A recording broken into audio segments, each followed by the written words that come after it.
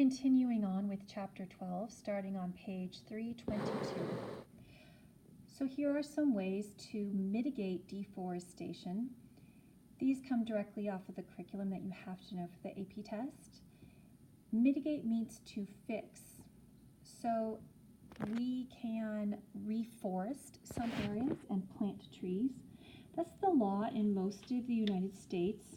If you cut down trees in a national forest, you have to, by law, replant those trees. But this does not occur in every country. When you're buying a wood product, you can check if it has a sustainable forest certification, which is up here described in your book, to make sure it comes from a sustainable wood source. And this is especially important if you're getting lumber that is grown outside of the United States. A big popular thing to do on home improvement shows is reusing wood. So vintage wood or wood that came from an old barn or something like that can be reused if it's not rotting and if it's still in good shape. Another one is to have laws that mandate wood be sold at fair market price. So what that means is that sometimes we have subsidies for the wood industry, which makes the price of wood lower than it should be. So if we have laws that say that the price of the wood has to reflect the actual cost, not with subsidies. It's also the cost of the environmental degradation and cleaning up to pay for workers and health care. That would be fair market prices. A subsidy, by the way, is using tax money to help pay for certain things from an industry, or tax credits or tax breaks. Those are types of subsidies. Over here on page 323, we now have parks and protected areas. So a national park is a piece of land that's set aside for the public to enjoy. There is no resource extraction, so that means you cannot cut down trees, you cannot fish and keep. Now people let's say this is Yosemite, and this is the Merced River. Now you can go fishing there, but it's called catch and release, so you cannot keep the fish. So that would be a resource, and extracting it means taking it out of the national park, and you cannot do that. You're not even allowed to remove a pine cone from a national park as a souvenir, because if everybody did that, there wouldn't be enough pine cones left with seeds to reseed the forest. The first national park was Yellowstone, and it was declared by Congress as a national park in the late 1800s. A couple of other protected areas. We have national monuments, so the president can, so let me back up. Congress declares national parks. A president, through something called the Antiquities Act, can declare something a national monument without the approval of Congress. And then we have the Wilderness Act. So this one came later than the national parks. So the national park system has been around for about 100 years. And the Wilderness Act was, I believe, started in about the 1960s. And this is a piece of land that has more protections than a national park. So we don't develop it.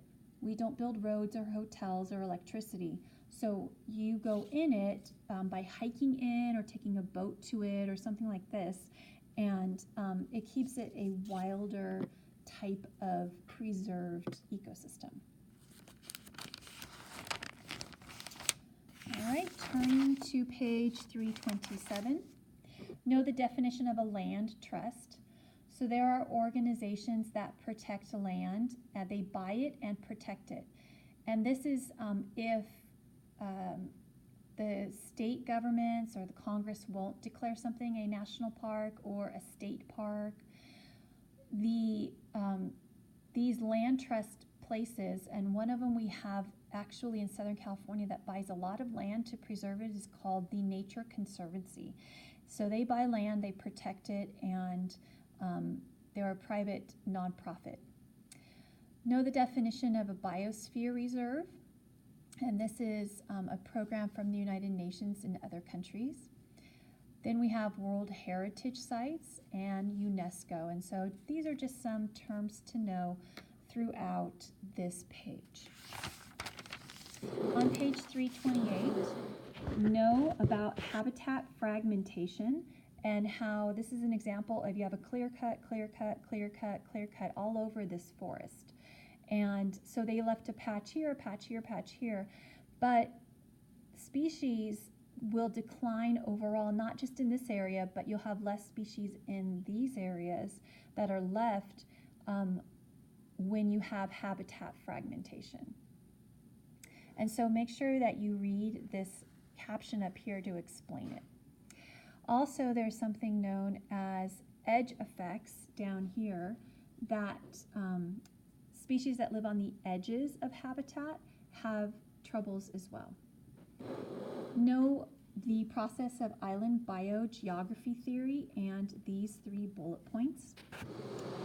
Up here, it explains island biogeography here, theory up here, and so closer and larger islands will have more biodiversity than further away smaller ones. So this is the same size, but closer to a mainland will have more biodiversity than further.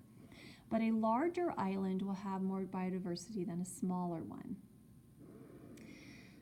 You should know that national parks are considered habitat islands because they're pristine wilderness, but surrounding most national parks is development, and so they are basically islands of habitat by themselves, surrounded by development. So they're habitat islands on land. So again, they're not real islands, but it's a metaphor. Know the definition of SLOS. So SLOS is down here. What's better? Is it better to create a single large piece of land to preserve or several small? So SLOS is single large or several small. And so this is a debate in the conservation world.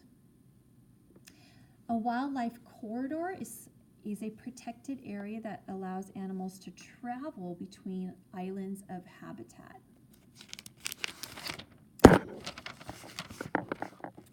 And let's go ahead and turn to, that's it actually, that's the end for chapter 12.